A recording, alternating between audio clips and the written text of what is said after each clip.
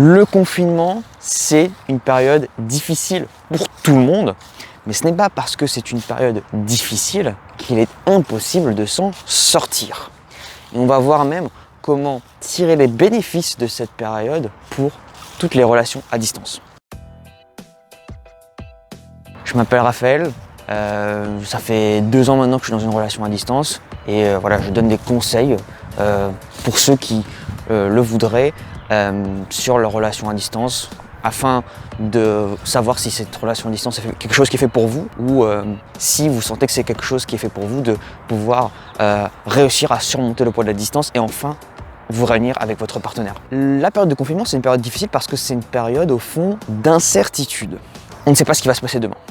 D'accord ? Et le problème des périodes d'incertitude, c'est que ce sont des périodes qui génèrent de l'angoisse. L'incertitude, c'est facteur d'angoisse, de peur. Comme en fait, on a une méconnaissance de ce qui va se passer, eh bien, on n'est plus dans notre zone de confort. Et à partir de ce moment-là, il y a des doutes qui naissent, puisqu'on ne sait pas le bon comportement, la bonne manière d'agir optimale pour la situation. Et ne sachant pas comment se comporter, eh bien, ça crée des tensions, puisque ça va créer de nouvelles questions, de nouvelles interrogations qui, elles, peuvent générer de l'angoisse et de la peur. C'est une réaction tout à fait normale, hein. C'est le principe même quand on est dans un état d'incertitude. Nous, en tant qu'être humain, on cherche le confort, on cherche à être dans une zone où on peut vivre sans trop se poser de questions, on peut vivre confortablement. C'est normal donc dans les périodes d'incertitude d'avoir des soucis, des interrogations, notamment vis-à-vis de son couple. Alors il y a quelqu'un qui joue au tennis. Ah mais non, il joue au tennis. J'ai cru qu'il allait me balancer une balle dessus. En fait, il joue au tennis avec un truc avec un filet qui retient la balle, parce que j'ai cru qu'il tapait la balle contre l'arbre. Moi, ce que je voulais dire vis-à-vis de cette période, c'était que cette incertitude-là, on pouvait la transformer en quelque chose de positif. Quelque chose de positif pour notre couple. Déjà, la première chose à dire, c'est que le confinement, même si voilà, on ne peut pas voir notre bien-aimé, etc., et bien dans les relations à distance, en réalité, ça ne change pas grand-chose. En fait, on est habitué à ça. On est habitué au fait qu'on ne va pas voir la personne tout de suite. Alors peut-être que certains ont une relation à distance. Moi, ma relation à distance, elle est dans un autre pays. Donc, c'est pas la même chose que par exemple si c'était dans 2 villes en France.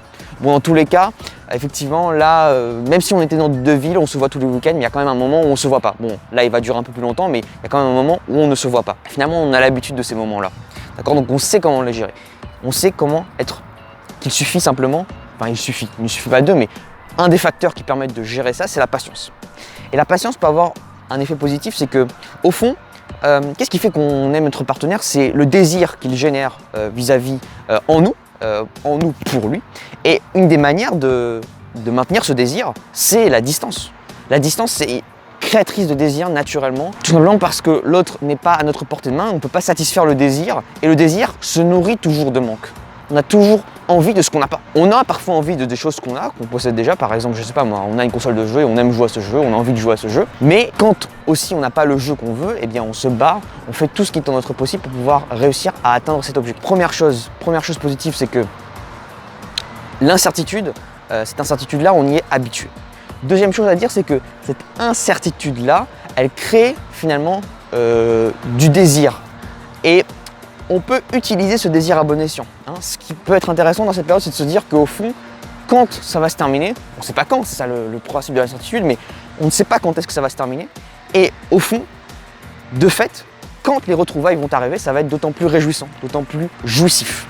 On va vraiment profiter de l'être aimé une fois qu'on l'aura rencontré à nouveau. Et finalement, c'est aussi pour ça qu'on fait des relations à distance, c'est parce que, eh bien, c'est difficile sur le coup, ça demande de l'effort mental, physique pour garder la distance, de savoir être loin de quelqu'un qu'on aime, mais en même temps, ça permet aussi, lors des moments de réunion, d'être vraiment en paix, d'être dans le bonheur total et vraiment d'apprécier chaque moment qu'on a avec l'être aimé. Et donc finalement, la relation à distance nous offre une occasion pour parvenir à profiter encore plus des moments de réunion qui vont arriver, j'en suis sûr.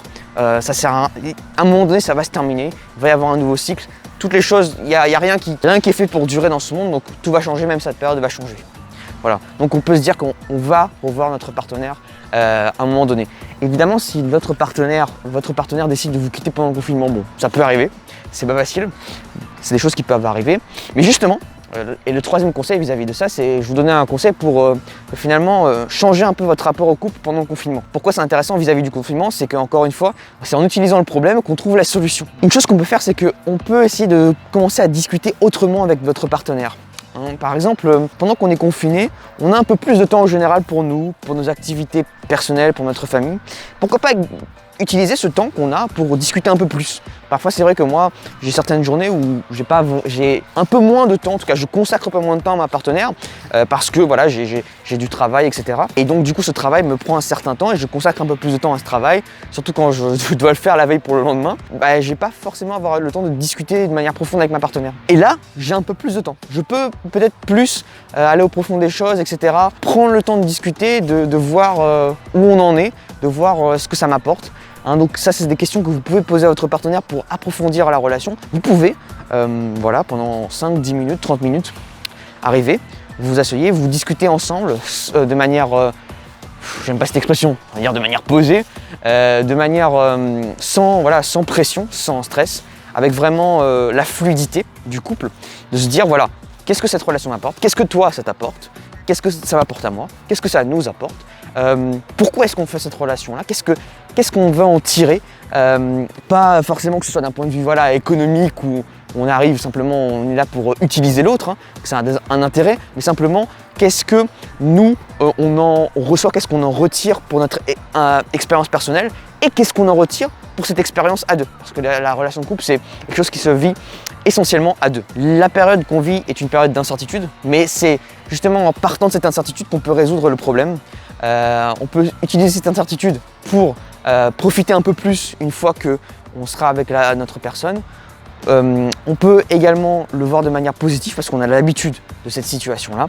Et enfin, on peut utiliser ce moment-là qui nous est donné, ce moment où on a peut-être un peu moins de pression vis-à-vis du travail et peut-être un peu moins d'activités personnelles extérieures à réaliser pour discuter un peu plus avec son partenaire, faire le point et de profiter un peu plus.